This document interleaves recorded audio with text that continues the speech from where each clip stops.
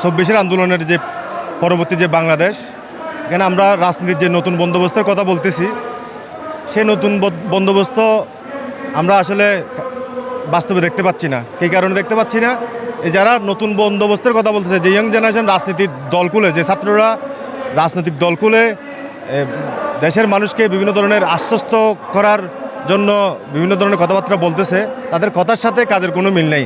যেমন তাদের এনসিপির একজন নেতা নাসিরউদ্দিন পাটোয়ারি, অনেকে তাকে ডারবি নাসির হিসেবে চেনে। উনি আমাদের কক্সবাজারের কৃতি সন্তান, বৃহত্তর চট্টগ্রামের কৃতি সন্তান, বিএনপি স্থায়ী কমিটির সদস্য জননেতা সালাউদ্দিন আহমেদকে নিয়ে যে কটূক্তিটা করেছে, জনপ্রিয়তা যদি কারো জন্য মানে গডফাদার ট্যাগ দেওয়ার কারণ হয়, তাহলে তো রাজনীতি কেউ করতে পারবে না। এটা এই যে প্রতিহিংসার রাজনীতি, এটা আমরা ভালোভাবে নিই নাই। ইয়ং জেনারেশন, যারা দেশের সাধারণ মানুষ, আমাদের কক্সবাজারের মানুষ, বৃহত্তর চট্টগ্রামের মানুষ ভালোভাবে নেয় নাই। আমরা এটার প্রতিবাদ জানাচ্ছি। এ ধরনের শিষ্টাচার বহির্ভূত কথাবার্তা যাতে আগামী দিনে এই যে যারা নতুন নেতৃত্বে আসতে চাচ্ছে, তারা যাতে না বলে, আমরা তাদের কাছে এই আহ্বান জানাবো। যদি তারা তাদেরকে সংশোধন করে না আনে, মিথ্যাচার, এই যে অপসংস্কৃতি, একজনের বিরুদ্ধে মিথ্যাচার করা, ওনাকে নারায়ণগঞ্জের গডফাদার শামীম ওসমানের সাথে মেলানো, এটা রাজনীতির জন্য শুভ লক্ষণ না। এটা নতুন বন্দোবস্ত কোনোভাবে হতে পারে না।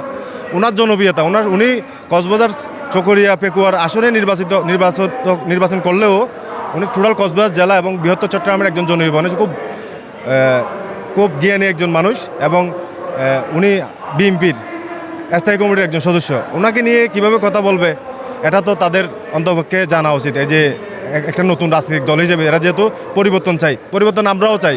আমরা বিগত 16 বছর ফ্যাসিবাদ বিরোধী আন্দোলনে সক্রিয় ছিলাম। তারা জুলাই আন্দোলনে সক্রিয় হয়ে আমাদের শক্তি নিয়ে তারা সম্মুখী ছিল বিধে তারা আজকে নতুন দল গড়ার সুযোগ পাইছে।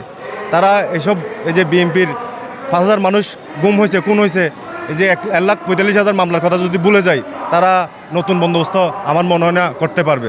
সালাউদ্দিন সাহেব, তিনি একজন প্রবীণ নেতা বিএনপির, এবং বিএনপির রাজনীতিতে তিনি বড় একটা ভূমিকা রাখে। তার এই ধরনের আচরণ, তার বিরুদ্ধে কোনো কটূক্তি বা বিএনপির বিরুদ্ধে কোনো কটূক্তি বা খারাপ মন্তব্য করা, এটা আমরা কোনোভাবেই মেনে নিতে পারছি না। এই চিলড্রেন্স পার্টি যে আমাদের একজন প্রবীণ নেতা, যে মহান নেতা, চট্টগ্রামের গৌরব, সালাউদ্দিন আহমেদকে নিয়ে যে কটূক্তি করেছে, যে অশালীন মন্তব্যগুলো করেছে, এটা সম্পূর্ণ ভিত্তিহীন। এটা চট্টগ্রামবাসী কখনো মেনে নিবে না। এটার জন্য আমরা তীব্র প্রতিবাদ জানাই এবং ধিক্কার জানাই।